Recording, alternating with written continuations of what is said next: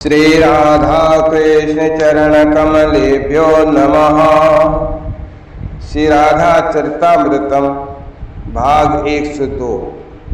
और इधर बरसाने में जय राधा राधा जय राधा जय श्री राधा, जय कृष्णा कृष्णा जय कृष्णा जय श्री कृष्णा। ललिता ठीक कहती हैं कि मैं इन दिनों अस्वस्थ हो गई हूँ। हाँ, मुझे भी लगने लगा है, मुझे जगते हुए स्वप्न दिखते। मैं न मानने वाली बातों को भी सत्य मान लेती हूँ, परिणाम मैं दुखी हो जाती हूँ। ये बातें अपने आप से कर रही हैं श्री राधा रानी।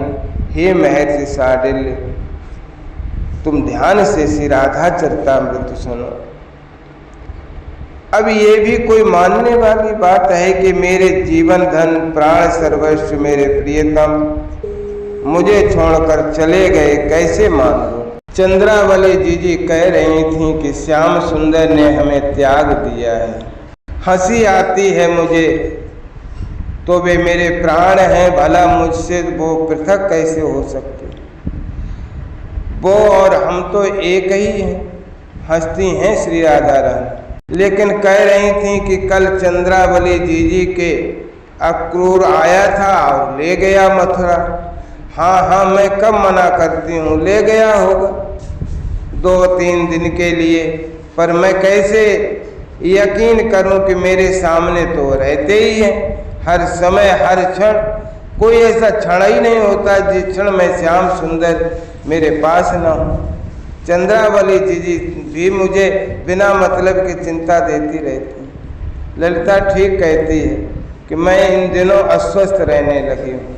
श्री राधा रानी कुछ देर मौन रहती हैं। हे वज्रनाभ, फिर याद आ जाती है तो बोलने लग जाती हैं। महर्षि शांडिल्य बताते हैं, झूठ बोलती हैं जी चंद्रावली। अरे कंस को मार दिया। हाँ, तो मार तो दिया होगा, वो चतुर चूड़ामणि है जो चतुराई करके मार दिया होगा कंस को। अरे हमारे श्याम सुंदर ग्वाले हैं, गौचारण करते हुए निकल गए मथुरा और कंस को मार दिया होगा।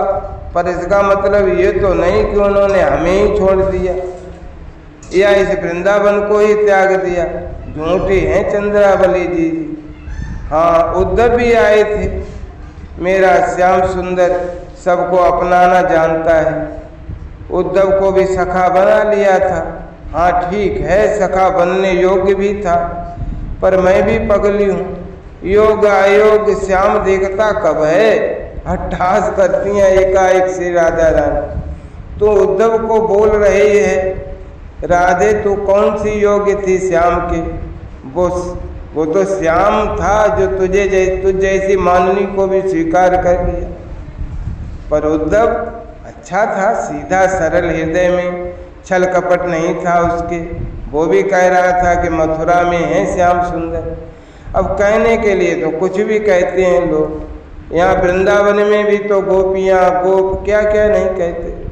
कल ही श्री दामा भैया लड़ रहे थे उस गोपी से कि जब वो बोली कि वृंदावन में अब नहीं आएगा कन्हई, तो श्री दामा भैया झगड़ पड़े थे उससे। श्याम के बारे में तो सब अपने अपने भावानुसार ही बात करते हैं। उद्धव को लगता था कि उसका कृष्ण मथुरा में है, और हमारे ग्वाल वालों को भी लगता है कि उनका श्याम सुंदर नित्य सखा खेलता है। उनके साथ यहीं पर उद्धव आए और गए, कहकर गए थे कि कृष्ण को ले आऊँगा, पक्का ले आऊँगा। मैं हंसी थी उस समय, कहाँ से लाता उद्धव कृष्ण को। मथुरा में थोड़ा ही है श्याम सुंदर, मेरे श्याम तो वृंदावन में हैं, वर्षाने में हैं, वर्षानों की कुंजों में हैं, यहाँ के प्रेम सरोवर में हैं, यहाँ की साकरी खोर में हैं, मेरे हृदय में हैं, मेरे अंग अंग में हैं, मेरी श्वासों में हैं। कहाँ नहीं है मेरा श्याम। अरे सर्वत्र है मेरा श्याम। फिर चंद्रावली जी झूठ क्यों कहती हैं कि श्याम सुंदर ने हमें छोड़ दिया। तो कैसी गलवैयाँ देकर मुझसे कहते राधे तुम और मैं और तुम। हंसती हैं श्री राधा, खूब हंसती हैं। अब चंद्रावली जी को कौन समझाए कि वे मेरे अंग अंग में समा चुके हैं। अब मुझे उनसे मिलने के लिए नंदगांव जाने की भी ज़रूरत नहीं। वो तो मेरी श्वासों में समा चुके हैं, मेरी धड़कन में बही हैं। अब मैं कैसे समझाऊं चंद्रावली जी को कि वो तो ये रहे, देखो ये रहे, देखो वो कदम के नीचे बैठ के बांसुरी बजा रहे हैं, देख वो रहे मेरे करीब आ रहे हैं। ओह मुझे हृदय से लगा लिया है। और इसके बाद मूर्छित हो जाती हैं श्री राधा। ललिता सखी बस अपने आंसुओं को बहाती रहती हैं अपनी लाडली की ये स्थिति देखकर।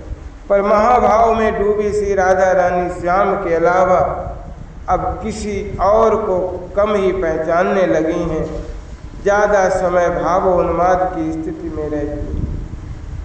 जय राधा राधा, जय राधा जय श्री राधा। जय कृष्णा कृष्णा, जय कृष्णा जय श्री कृष्णा, जय कृष्णा जय श्री कृष्णा।